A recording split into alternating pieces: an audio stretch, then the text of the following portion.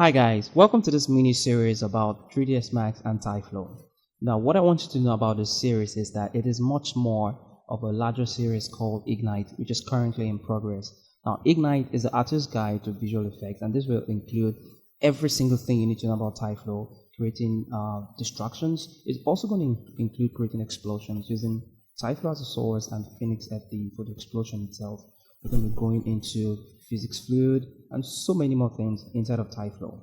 Now for this particular course, we're going to be talking about what Tyflow is. We're going to be installing Tyflow. We're going to be creating simple object flow. We're going to be creating a lot of physics flow, and we're going to be destroying a lot of things in this particular course. And when we are done, we're going to make sure that we pick all of these ideas and impute them into an actual footage.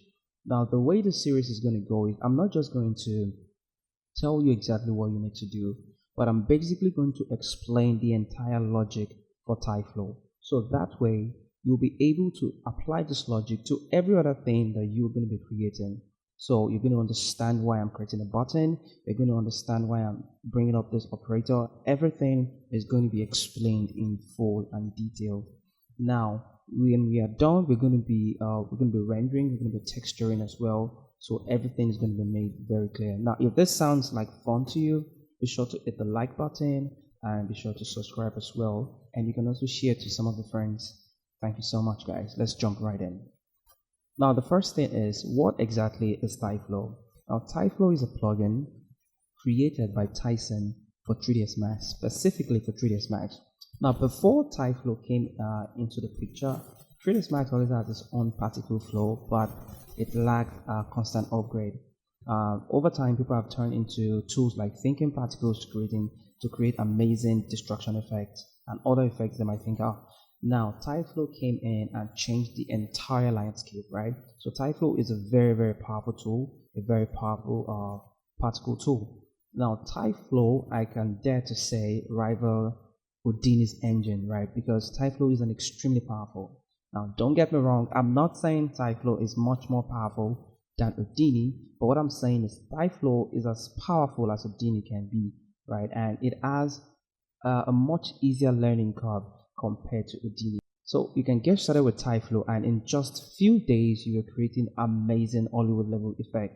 That is how easy Tyflow is. Now I know this is fun, so I just wanted to jump right in. Enough of the talk. Okay, so to get started, we're just going to download Tyflow, and we're just going to go to our browser and then just click on download Tyflow free.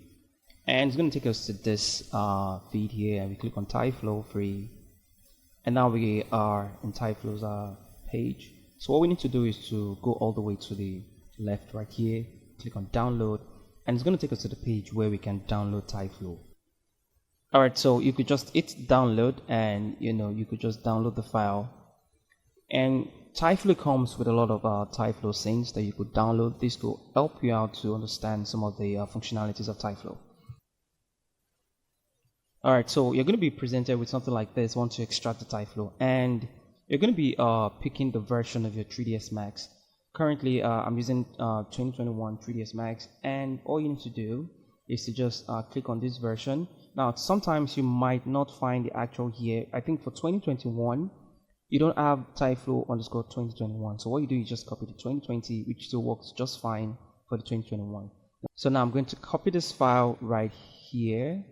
And I'm just going to go to local file, we'll go to programs on the Autodesk 3ds Max, and I'm going to search for plugin folder right there, and I'm just going to paste it right here. Now you can see that it's already pasted, and now you should be able to see Tyflow right here. So now the next thing is to create a simple object flow in Tyflow. Now I'm just going to quickly go to file, I'm going to reset my 3ds Max, and now I'm back to default.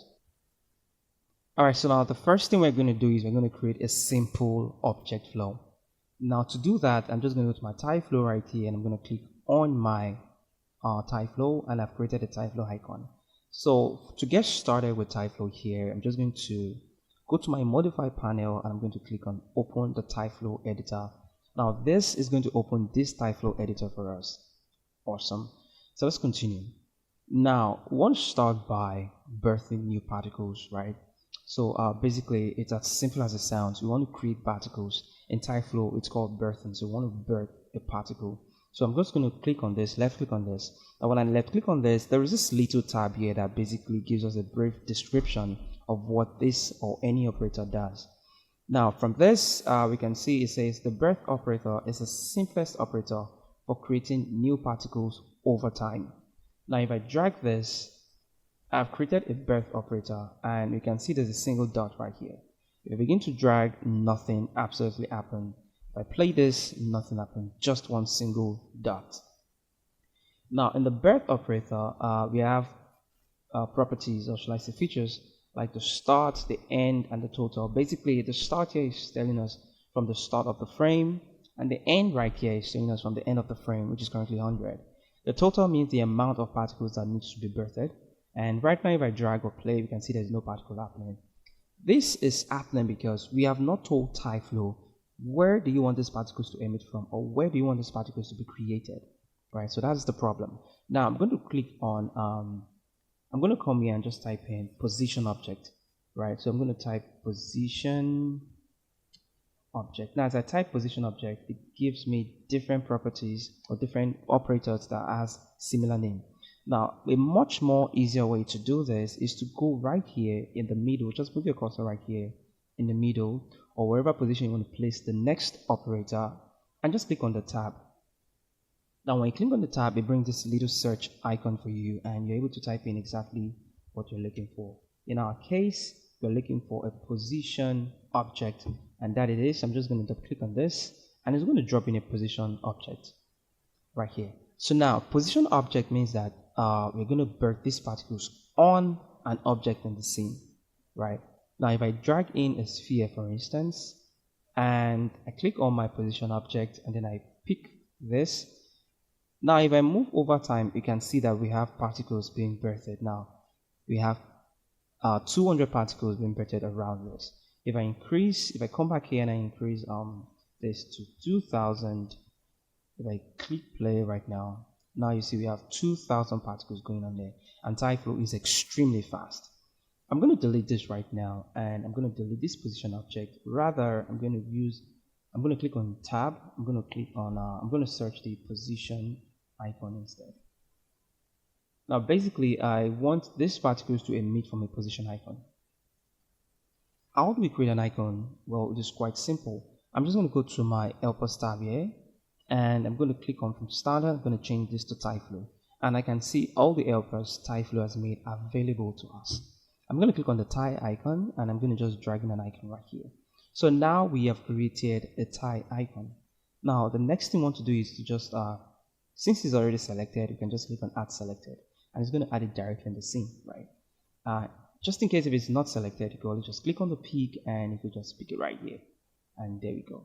Now in instances where we have so many objects in the scene and it's becoming quite difficult to select or pick this, you can always click on pick and then type on the name, and then you can pick right directly here from the layer manager. Now with that done, I'm going to hit play. Now we are seeing 2000 particles being birthed, but they are sticking directly under the surface of the tie icon. Now what we want this to do is to let it fall. For us to do that, we need to give it a speed, right? Because right now there is no speed, no velocity right now, so that is why it is all sticking directly to the icon.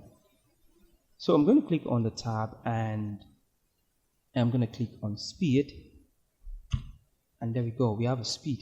So right now the speed is set to random 3D, and basically that's just going to move these particles in a random space, and that is all we want. We want this to follow this icon arrow. To do that, we simply come down here under the speed, and we change this from random 3D to a long arrow icon.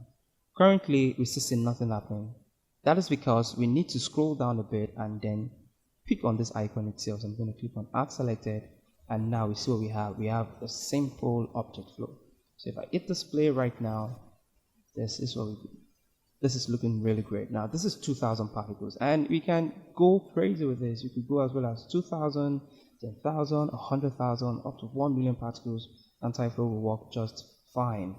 Now I'm going to drop this back to 100, and then when we hit play, we're going to have just 100 particles.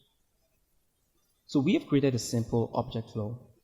Now I want to make this simple object flow into a physics flow. So basically what that means is I want to actually make this a physics object. So I'm going to make all of this particles, I'm going to turn it into an actual shape, and I want to make those shapes to interact with each other just like the real world will. Now the next thing I want to do is to just come right here. I'm going to add shape, and I'm going to change this from display small dots to geometry. Now because of the shape we've added and we've changed this to geometry, we are now seeing these 2D shapes.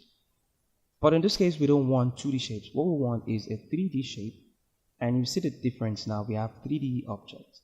We're going to change this from this tetrahedron, and we're going to make this a cube. Now we have cubes. I'm going to come down here to scale, and I'm going to scale this up to 300. Now we have this cube looking really good. But right now, this cube are not interacting with each other. They're not dynamic in any sense.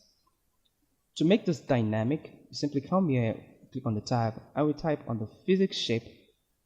And immediately we type on the PHY, we're seeing a lot of options here. And what we want to select is a physics shape.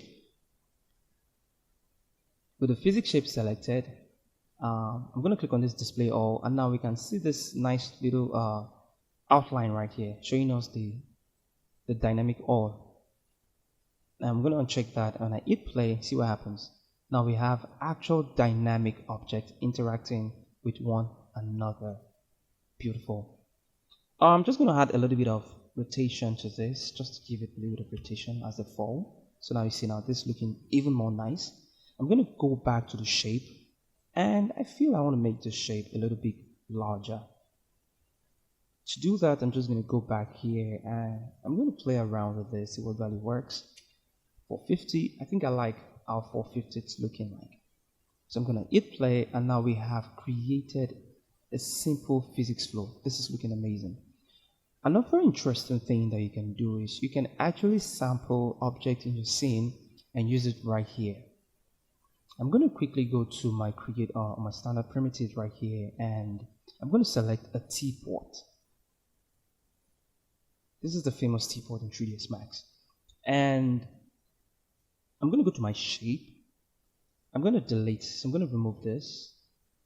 And I'm going to click on Add Selected because this is already selected.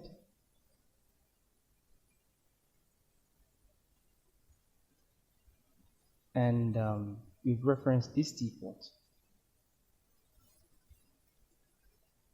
Now we're going to come here to the scale, and we're going to make it so you can decide the scale. So this is something you can play around. I think they're fine. I think they might be a little bit larger, but then this is up to you. You could drop it down to 80 and hit play. Awesome. So now Tyflow has automatically created a hole for this, right? And they are looking really nice. Awesome. All right, so we have been able to create a simple object, a simple physics flow. Now the next thing I want us to create before we round up this particular episode is to create a physics flow with Voronoi fracture. So basically what that means is that we're going to be emitting particles here, and we're going to add Voronoi fracture to break it apart. Now I'm just going to quickly go back to my shape right here, and I'm going to remove this, and I'm going to just go back to new, and I'm going to change this to 3D. I'm going to make it a cube, and I'm going to increase this scale back to 450. There we go. And what I want to do is to just quickly change this to something easier to see. And there we go. Alright, so the next thing is to create a physics flow with Voronoi fracture. Now the way we're going to do that is quite simple. We're just going to add a Voronoi fracture, and that's going to break up the pieces at as they hit the ground. So I'm going to click on my tab right here, and I'm going to add a Voronoi fracture. And now we see instantly the pieces are broken up, but this is exactly not what we're going for. We want this object to fall straight down, and then as they hit the ground, they break up. Now, right now, what is causing this breakup is because of this rotation we've had it right now. If we turn this off, see what happens. Everything is in place, and as they hit the ground, they begin to break, or some even break halfway before they hit the ground. Now, what we need to do is to just, I'm going to take this Voronoi right above this, and I'm going to type in the tab, and I'm going to add a physics bind. Now, basically, what the physics bind does is that it binds these particles together, and you could set some properties for this bind to break, right? So you could set, if it hits a certain threshold, you want this thing to break up. Now, we're going to be using the physics bind a lot when it comes to destructions, because different objects destroy in a different way. The way metal is going to be destroyed is quite different from the way a wood will be destroyed. So basically, different objects has different bind properties, right? Which is why I'm showing you this right now. Now, if I click on play, for instance, and hit play, you see nothing happens till they fall to the ground. And even when they fall, they don't really break up. They're trying to break up, but the bind is holding them together, right? And so we need to fix this. You see this guy right here is trying to break up, but it's not breaking up. So to fix this, I'm going to go to my physics bind, and I'm going to scroll all the way down. Currently it's set to glue. I'm going to change this from glue to joint. And when you change your physics bind to joint, you get to have some of these features, the swing settings, the twist, but we're not going to touch any of this right now, but we are definitely going to talk more about this down into the course. I'm going to go to this option that says bind breaking, and you can see we have breakable and it says force. When I click on this force, basically what Tyflow is saying that how much force is needed to break these particles. Now you will see that some of this are already breaking up while some are still intact. That is because of the varying velocity or speed in each of these boxes. Now if I go back here and I hit play, you see some of them are still together. I'm just going to turn on, I'm going to move this rotation right here, and I'm going to turn it on. So Tyflow is updating, and yeah, so you see some of them are breaking up, some of them are not. So what we need to do is you can go to the bind here, and you can simply reduce the amount of force needed. So I could just drop this down to 40,000, and once I drop that to 40,000, see what happens. Now they begin to break apart. So there we have it. We've created a simple physics flow with Voronoi fracture, making it break apart as soon as they hit the ground. Now, if you click on render, this will not be visible, because if I go to my render setup right here, change this to V-Ray, and let me just quickly go to my lights. I'm going to create a quick V-Ray light. I'm going to move it right up here. I'm going to change this from 30 to about say 5. Let me launch this up. And right now we are not seeing anything happening, right? Because we are seeing the teapot right there being rendered, but we're not seeing our Tyflow object. Now, to render a Tyflow object, make sure you click on your tab here and type in mesh. This will make Tyflow renderable in your scene. And yeah, there we have it. Looking nice. Alright, so this looks really great right now. And in our next lesson, we're going to be diving deeper into Tyflow and explaining a lot more operators. Now, I want you to share this video if you like it, and you can also subscribe. That would be great.